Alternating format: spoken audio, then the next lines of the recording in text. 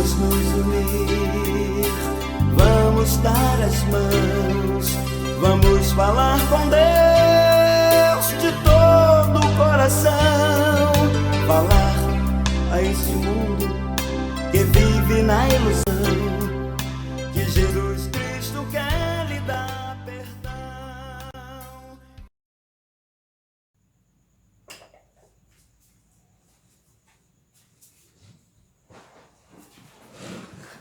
Graças a Deus, meus queridos, está entrando no ar o programa Levando Deus a Sério. Espero que a partir de agora todos nós possamos ter momentos agradáveis, de alegria e de paz no Espírito Santo. Esse é o segundo programa Levando Deus a Sério e é um programa feito com a intenção, com o objetivo de levar a palavra de Deus genuinamente, a palavra verdadeira ao seu coração, trazendo assim edificação e crescimento espiritual à sua vida. Muito obrigado pela sua presença, muito obrigado por você estar aí nos assistindo. Queremos agradecer muito a sua presença e que Deus derrame chuvas de bênçãos sobre a sua vida, ok? Eu gostaria de começar hoje contando uma ilustração que um pastor amigo meu chamado Silvio César, pastor da Igreja Batista de Jardim Pitoresco, um grande abraço, pastor Silvio. Certa feita ele me contou uma ilustração que dizia assim: certa feita um pastor estava prestando atendimento no seu gabinete, quando de repente um dos jovens da igreja entrou pelo corredor da igreja fora gritando: pastor, pastor! E o pastor teve que abrir a porta para ver o que estava acontecendo, e era um pastor já de idade, e aquele jovem falou: pastor, corre aqui na rua que tem um boi voando. E o pastor saiu correndo a toda a pressa atrás daquele jovem, e quando chegou lá na rua, o jovem começou a rir e a caçoar do pastor, dizendo: ah, pastor, mas como o senhor é ingênuo, acreditar que um boi está voando, pastor, que é isso? E o pastor, calmamente, friamente, olhou para aquele jovem e falou: olha, meu jovem, eu prefiro acreditar que um boi está voando do que um cristão mentindo, porque a Bíblia diz que o diabo é o pai da mentira. Queridos, é muito bom estar com vocês, tá? Eu gostaria de compartilhar de um texto para a reflexão deste programa, nessa hora. É um texto bem conhecido, muito explorado por muitos pregadores, que se encontra no livro de Apocalipse, capítulo 3, apenas o versículo 20. É um texto que está dentro do contexto da carta que foi enviada à igreja de Laodiceia. Apocalipse 3, 20 diz assim: eis que estou à porta e bato. Se alguém ouvir a minha voz e abrir a porta, entrarei em sua casa e cearei com ele, e ele comigo. Amém? Senhor, dá-nos a revelação da Tua palavra, a mesma que já foi explanada, e que por intermédio daquilo que sairá de meus lábios, possa atingir os corações, o coração dessa pessoa que está nos assistindo, nos dando crédito nesse momento, e que o Teu Espírito Santo possa falar profundamente aquilo que essa vida precisa ouvir da parte do Senhor neste momento. Eu te dou glórias em nome de Jesus. Amém. Queridos, achar um bom tema para uma mensagem cristocêntrica não é uma tarefa difícil. Não é. Agora, fazer a devida aplicação desse texto ou tema para a igreja moderna, isso é muito difícil. Eu poderia ter escolhido o tema santidade, né, e falar sobre a necessidade que todos temos de nos santificar, de buscar a santificação, de viver em santidade, de buscar esta separação para nossas vidas. Eu poderia falar sobre a salvação, uma mensagem tipicamente evangelística, lá Billy Graham, né, e traçar, quem sabe, um paralelo entre as características de uma pessoa que é salva e de uma pessoa que não é salva. Eu poderia falar sobre a vinda de Jesus, né, a parousia, bem como a necessidade do preparo da igreja diante desta vinda de Cristo que não tardará. Também poderia falar sobre a oração, a necessidade da intercessão, a vitória que nós conquistamos quando dobramos os nossos joelhos e falamos com Deus e mostrar para a igreja que a oração, na verdade, é uma chave que abre as portas do céu. Eu poderia falar sobre batalha espiritual, bem como o preparo com a armadura de Deus que é conferida aos servos do Senhor para que possam sair vencedores no meio desta batalha. Os temas, sabe, eles são variados, eles são inesgotáveis, até porque a Bíblia Santa, as Escrituras Sagradas, ela é uma fonte inesgotável. Aqui não contém a palavra de Deus, aqui é a palavra de Deus, do Deus vivente, do Deus trino. A questão, meus queridos, não está naquilo que o pregador vai falar ou deseja falar, mas em se a igreja ainda o quer ouvir falar. Porém, após ler esse texto de Apocalipse, capítulo 3, versículo 20, apenas um tema me vem à cabeça baseado nesse texto. O Deus do lado de fora. O que estaria acontecendo na igreja de Laodiceia para que Deus, o dono da igreja, ele se posicionasse do lado de fora daquela igreja? Será que existem igrejas que o Deus se encontra do lado de fora? Por que a igreja deixaria o dono dela do lado de fora? O que mais me intriga é por que Jesus solicitou educadamente para entrar naquilo que era dele, naquilo que ele edificou. O versículo 20 mostra isso. Eis que estou à porta e bato. Se alguém... Pode Deus não fazer parte de uma igreja? Ao ler os 3 primeiros capítulos do livro de Apocalipse, algumas coisas são muito percebíveis, são cristalinas diante de nossos olhos. Primeiro, a igreja de Éfeso, a primeira igreja a receber a carta de João, né, no capítulo 2, versículo 4, foi uma igreja, e as cartas foram enviadas a 7 igrejas lá da Ásia Menor, tá? Mas a igreja de Éfeso foi uma igreja que foi repreendida por abandonar o primeiro amor.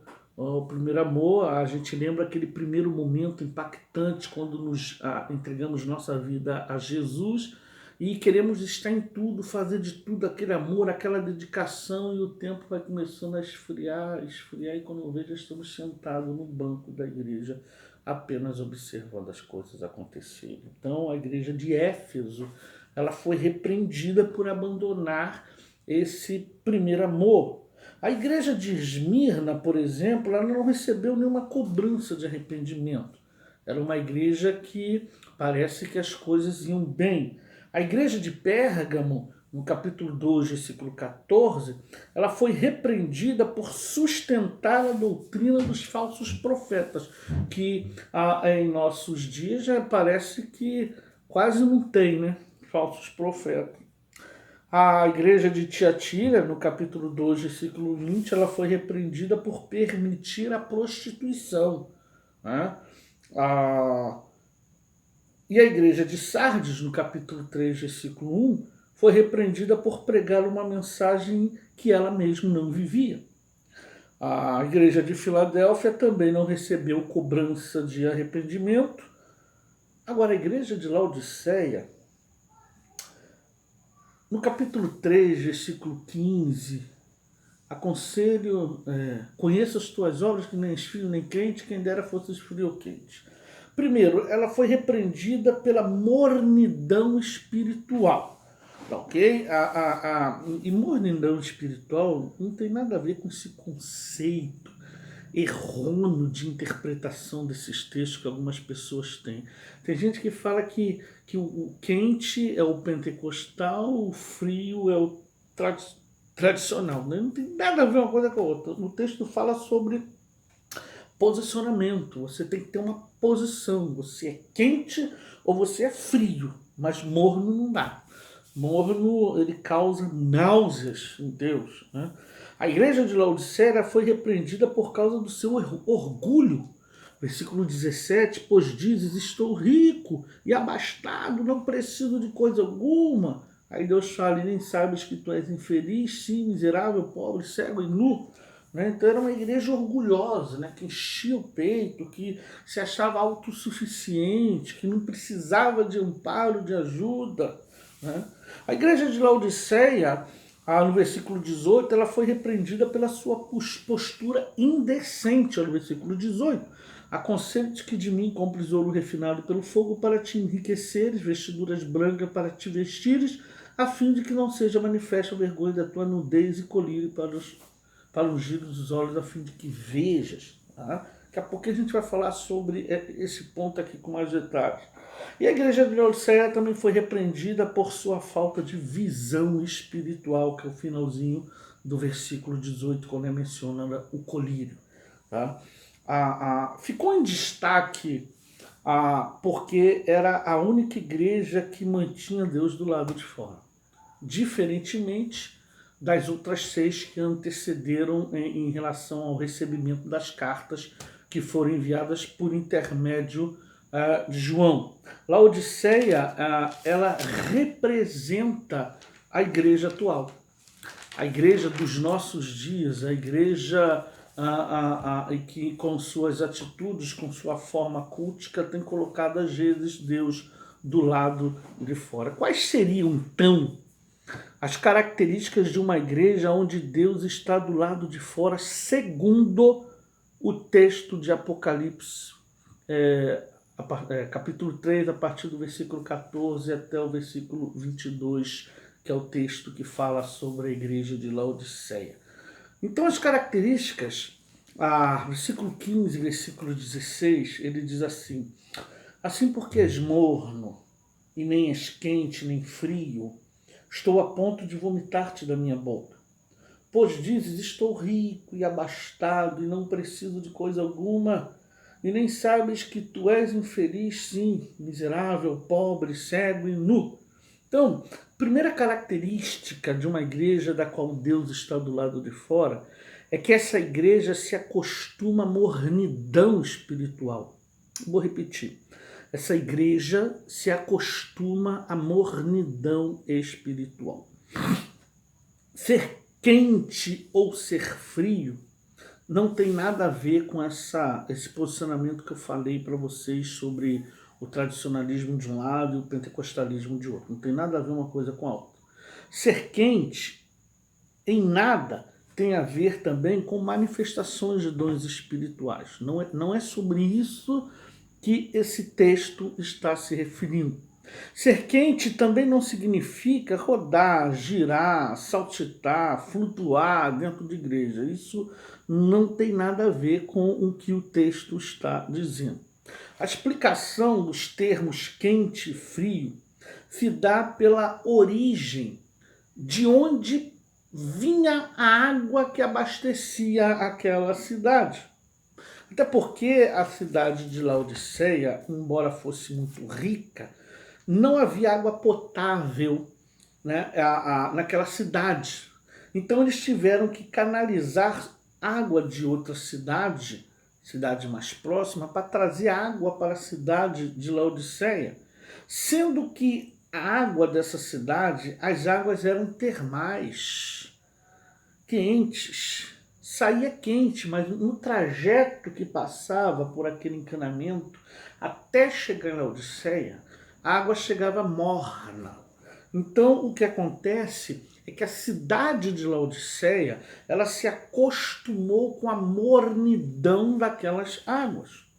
No contexto, A água quente é importante para um banho, para o cozimento de alimentações, para relaxar, né? Enfim, para terapias, né? Agora, no contexto, a água fria ela também é importante para tomar um banho, para poder fazer uso do consumo dela. No contexto morno é que não serve para nada. Por que não serve para nada? Porque o morno ele é indiferente.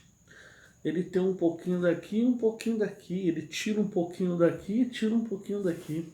Ele não sabe o que quer. É o camarada que está em cima do muro, que não se posicionou, na verdade. Então, a pessoa que não se posiciona, entenda isso, é a pessoa que experimenta de tudo. Por quê? Porque ela não tem ainda, ela não foi saciada espiritualmente por Deus, então ela sai à procura de coisas para poder tapar este buraco que só será preenchido com a presença do Espírito Santo de uma forma grandiosa na vida dela. Então, o morno é que não serve para nada, o morno é o indeciso, o morno é o que ele vai mudando conforme o tempo, porque ele ainda não se encontrou. Então ele pensa em fazer de tudo um pouco para ver qual é o que é, entendeu? Crente morno é aquele que se acostuma com as rotinas, que se acostuma com as liturgias, com os pecados. O pecado já passa a ser parte dele e acha que aquilo é natural, que aquilo não tem nada a ver, né? É o crente morno, é uma xerox exata do mundo. O que tem no mundo, tem nele, porque ele não tem uma posição, ele não tem uma postura. Então ele exterioriza as mesmas condições ou posturas que o mundo tem. Por quê? Porque ele é morno, ele é indeciso. O maior exemplo de mornidão espiritual é a igreja do terceiro século até a Reforma.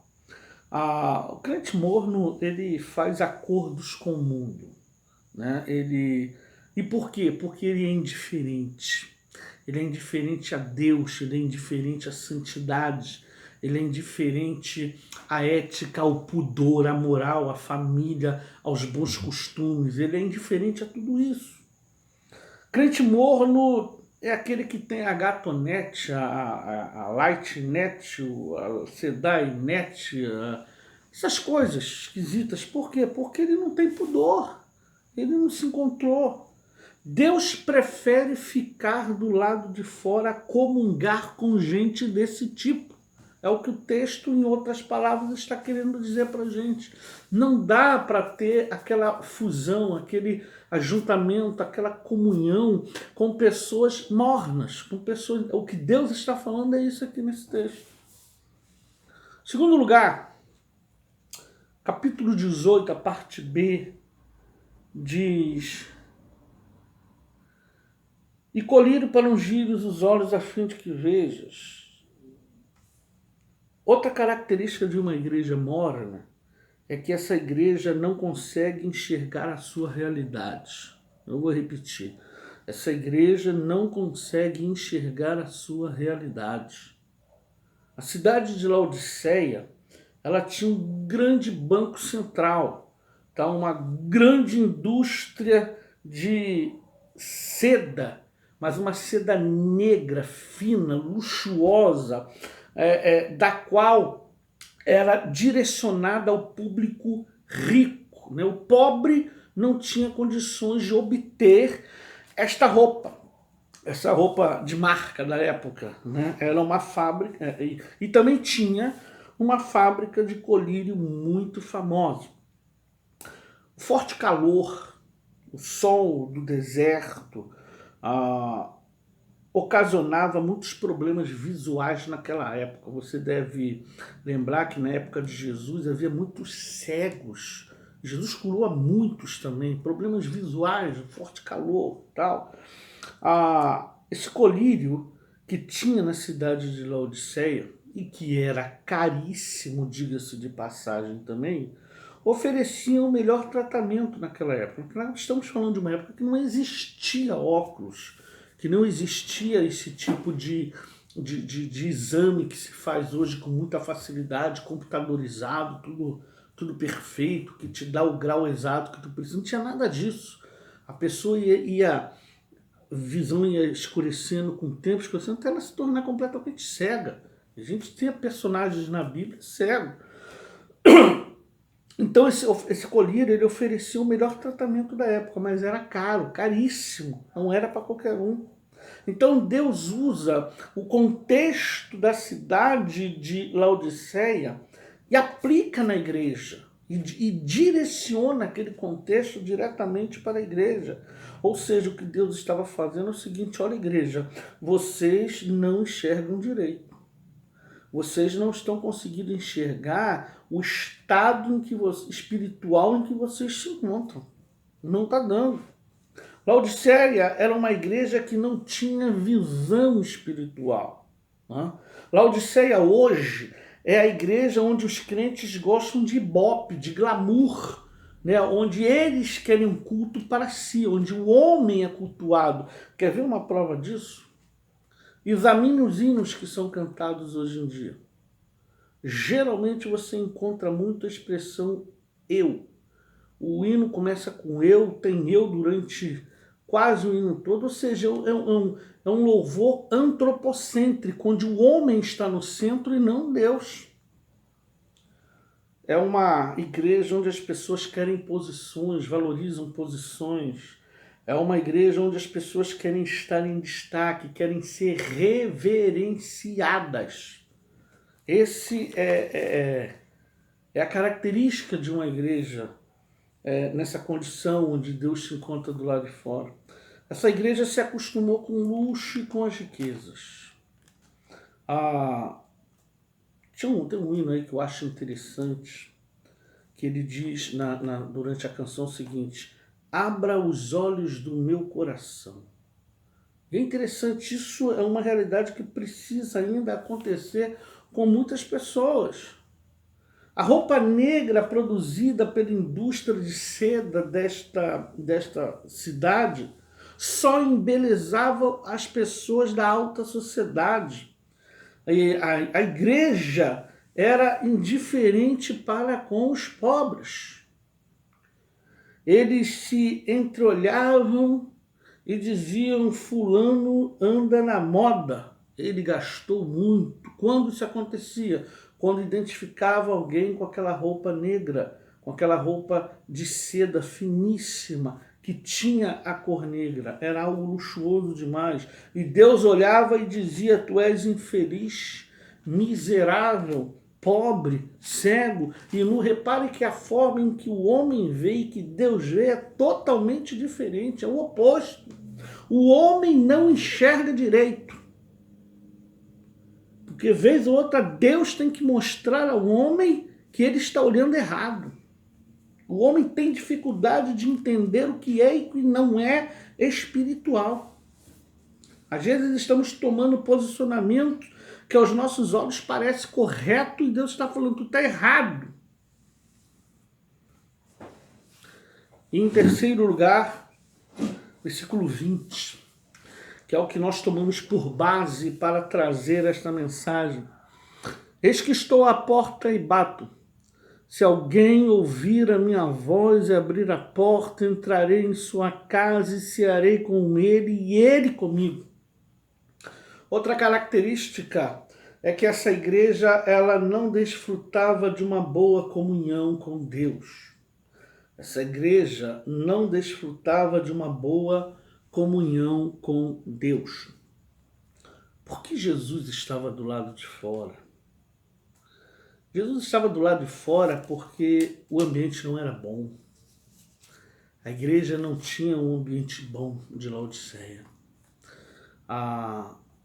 Nessas minhas andanças eu já tive a oportunidade de pregar e visitar diversas igrejas. Querido, já houve igrejas em que eu entrava, as pessoas olhavam de baixo para cima, ninguém vinha cumprimentar. Era uma forma talvez diferente de dizer, vai embora, a gente não te quer aqui não, mais um para tomar o nosso lugar. Eu acho que era isso que eles pensavam, só pode. Há igrejas em que você entra, você sai com dor de cabeça. O ambiente, tem coisas ali.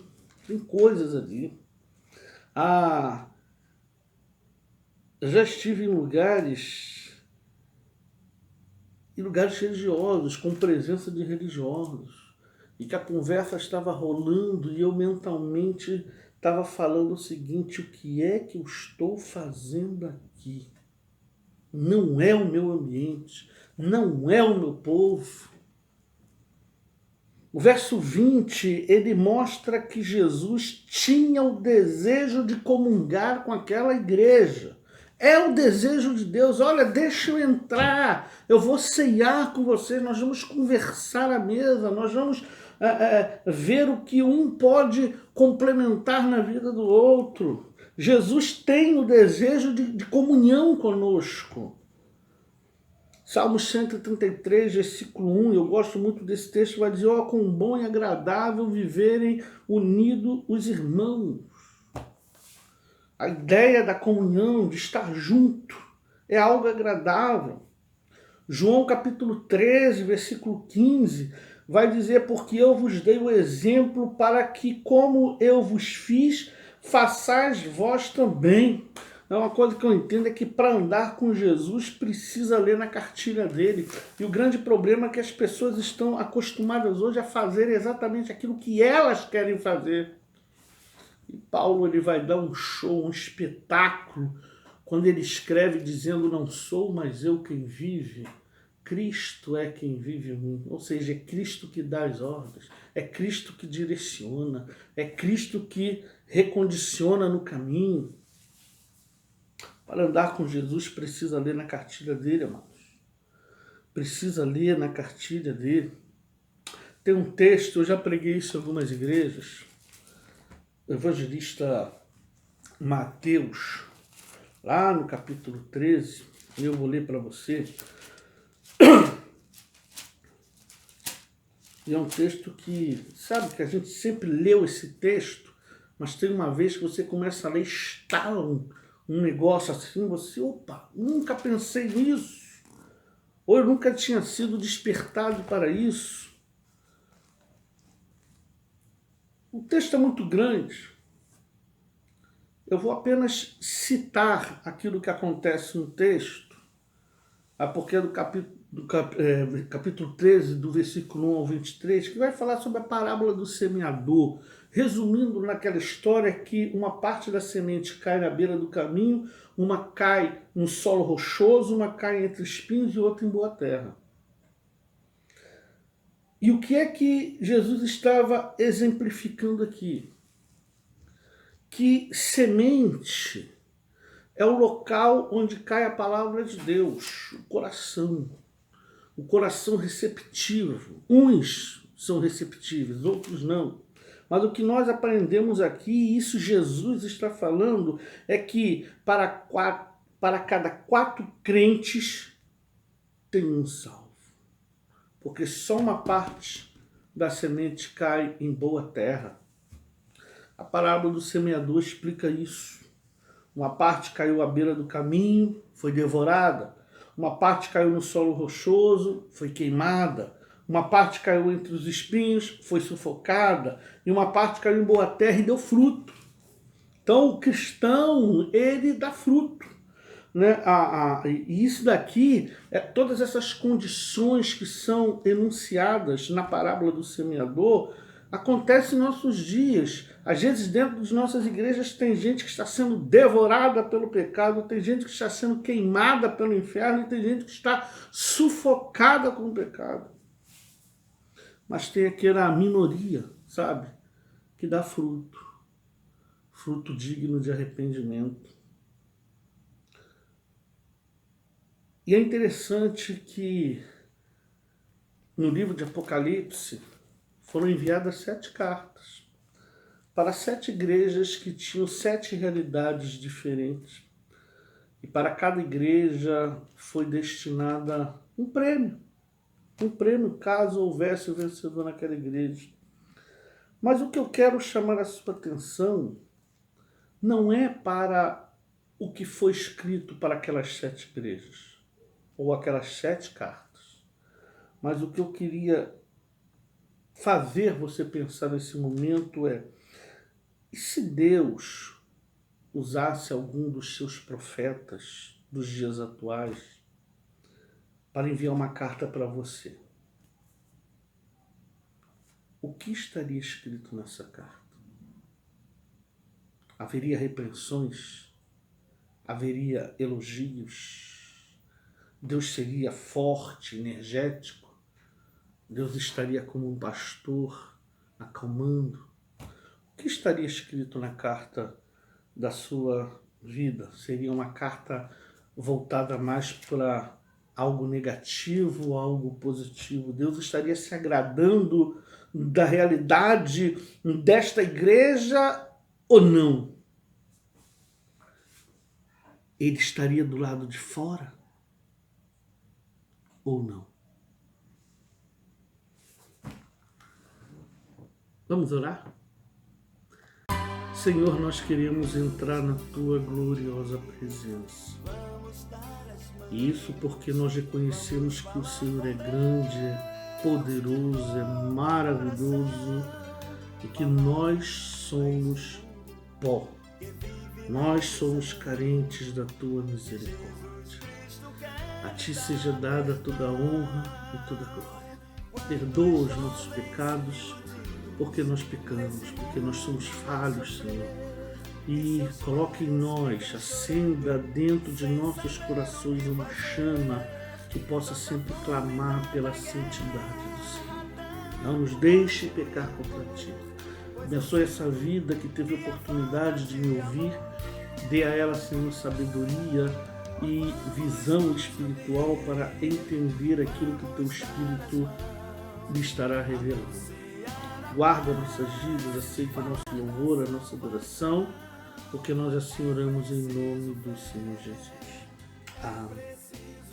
Queridos, eu quero agradecer mais uma vez a sua presença durante esses momentos que você esteve aqui juntamente comigo, ouvindo um pouquinho desta palavra.